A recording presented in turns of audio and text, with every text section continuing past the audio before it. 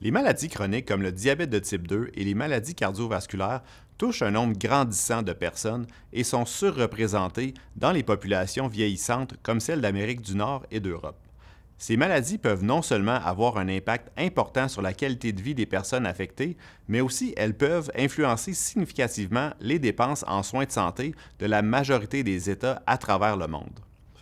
Pour prévenir l'apparition de ces maladies, améliorer la qualité de vie des personnes qui en sont atteintes et réduire le fardeau économique associé aux maladies chroniques, il faut investir davantage de ressources en recherche et en prévention de ces maladies. Dans les épisodes précédents sur l'athérosclérose et la résistance à l'insuline, j'ai mentionné que ces maladies chroniques étaient complexes et multifactorielles. Les habitudes de vie jouent un rôle crucial dans l'apparition et le développement de ces maladies chroniques. Plusieurs équipes de recherche ont tenté de quantifier la contribution des habitudes de vie au développement de certaines maladies chroniques, comme les maladies cardiovasculaires. Certains chercheurs ont même avancé que 80% des événements cardiovasculaires, comme les infarctus du myocarde ou les accidents vasculaires cérébraux, pourraient être prévenus par une modification des habitudes de vie. Des organisations crédibles comme la World Heart Federation soulignent que 80% des décès prématurés causés par les maladies du cœur et l'AVC peuvent être évités en adoptant des habitudes de vie saines. Aujourd'hui, je veux répondre à la question suivante. Est-ce qu'on peut vraiment réduire notre risque de maladies cardiovasculaires de 80% en changeant notre mode de vie?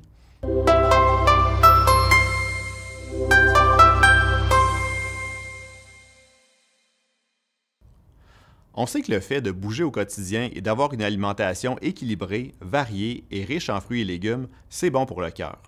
Mais d'où vient ce fameux chiffre de 80%? J'ai retracé pour vous l'étude en question. Ce chiffre provient d'une étude épidémiologique effectuée en Suède et dont les résultats ont été publiés en 2014. L'étude fut réalisée sur plus de 20 000 hommes qui ont été suivis pendant un peu plus de 10 ans. Les chercheurs ont étudié 5 facteurs qu'ils considéraient liés à un mode de vie sain, soit le fait de ne pas fumer, de consommer suffisamment de fruits et de légumes, de bouger, de boire au plus un verre d'alcool par jour et de ne pas avoir un tour de taille élevé.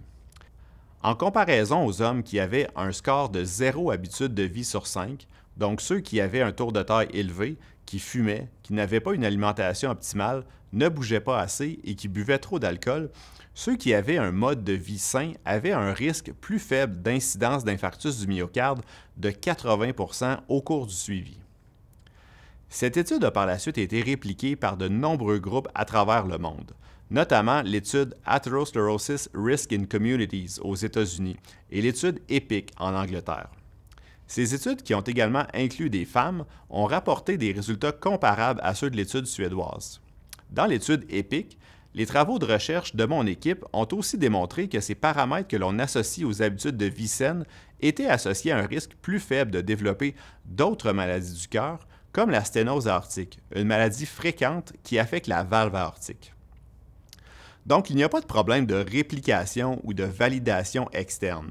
Le chiffre de 80% est bel et bien validé par des études crédibles qui ont été révisées par des comités de pairs et publiées dans d'excellents journaux scientifiques. Cependant, je me permets de dire qu'il y a peut-être un petit problème d'interprétation de ces études pour plusieurs raisons.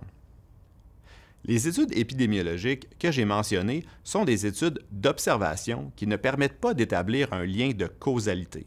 Quand on avance que le fait d'avoir un mode de vie sain réduit de 80% notre risque d'infarctus, on doit faire plusieurs suppositions.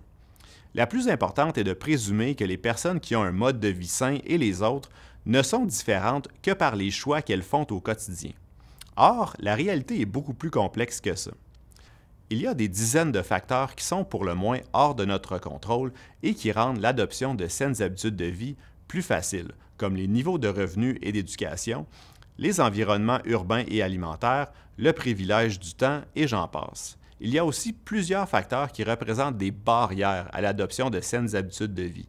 Par exemple, le fait d'être dans une situation de pauvreté, de précarité, de vivre avec un handicap, de souffrir de dépendance, de faire partie d'un groupe marginalisé, de vivre de la solitude, de vivre avec une maladie chronique, d'être exposé à la pollution de l'air, etc. Ça aussi, ça influence notre risque de développer ces maladies chroniques.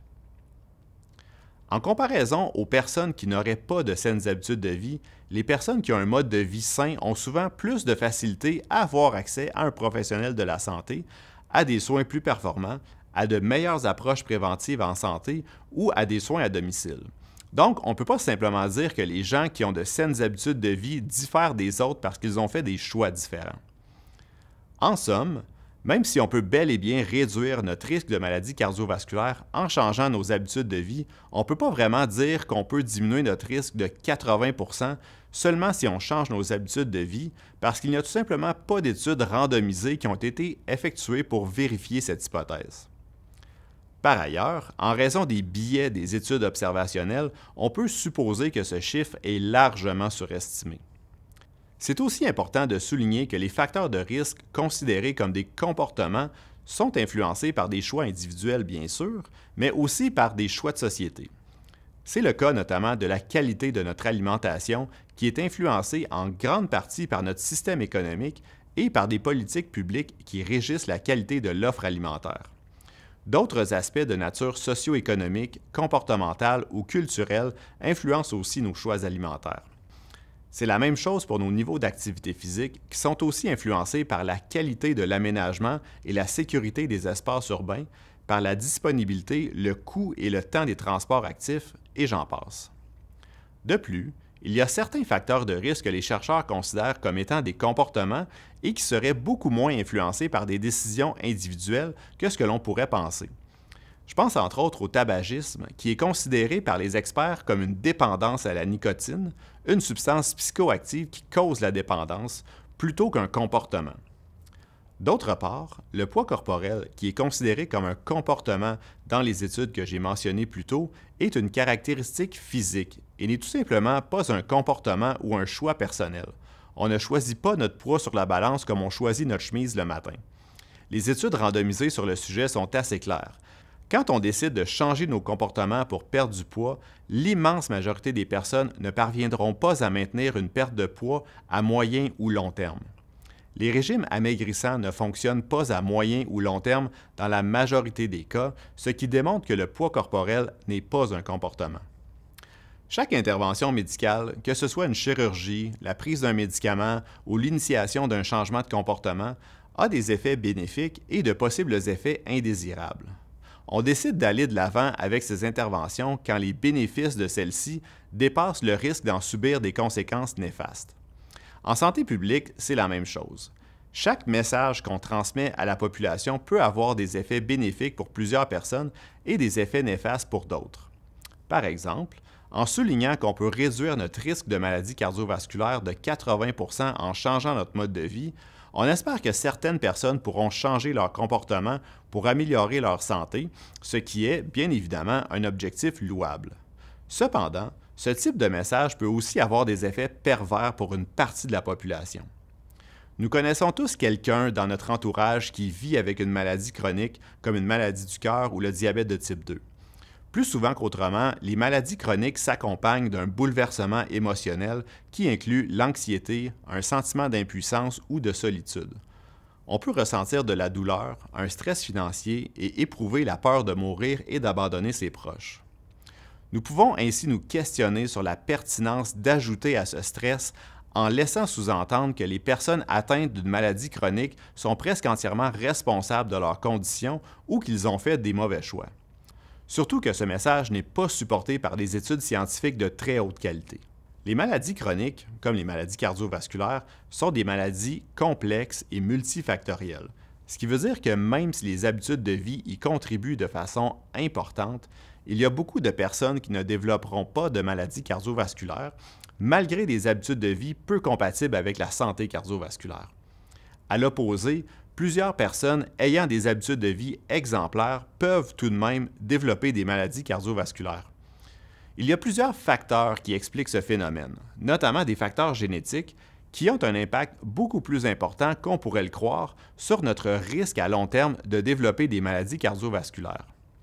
Dans le prochain épisode, le Dr Sébastien Thériault de l'Institut universitaire de cardiologie et de pneumologie de Québec présentera comment les facteurs génétiques influencent notre risque de développer des maladies cardiovasculaires et ce que l'on peut faire si notre génétique nous prédispose au développement des maladies cardiovasculaires.